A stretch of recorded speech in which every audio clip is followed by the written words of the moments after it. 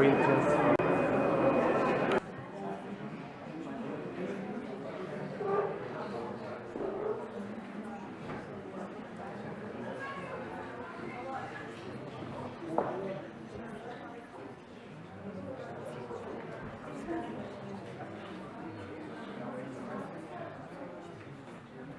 And found her the perfect host for our event.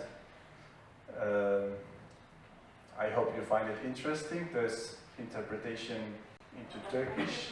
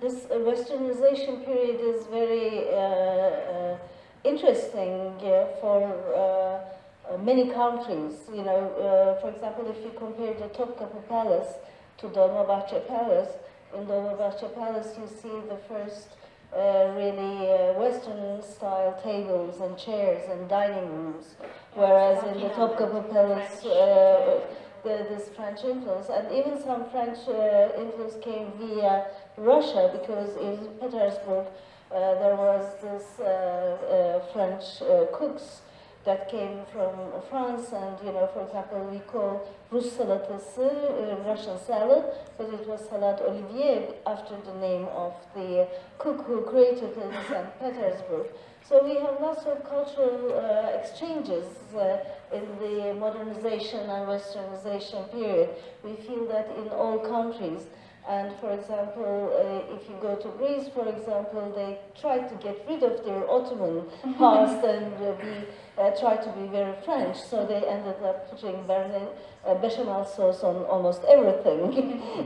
Like so, their moussaka is quite different from our moussaka or the moussaka of maybe you have. And you know, in especially Romania and Bulgaria, the vegetables and salads were also an Ottoman legacy, because we had bostan and vegetable gardens for salad greens. So we share a lot of things.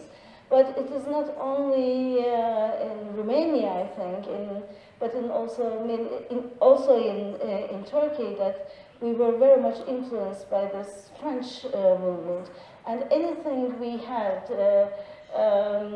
modern or new, many people don't know, but for example, in some regions in Turkey, tomato was called French or Frankes or Frank. If you go to Urfa, for example, you have or Gaziantep, you have Frank kebabı, which means kebab with tomatoes. And if you, they even in Urfa, for example, the old people still call salça, which is the tomato paste, Frank suyu.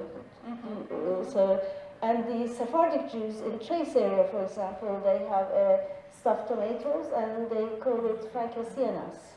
So it is the stuffed French. So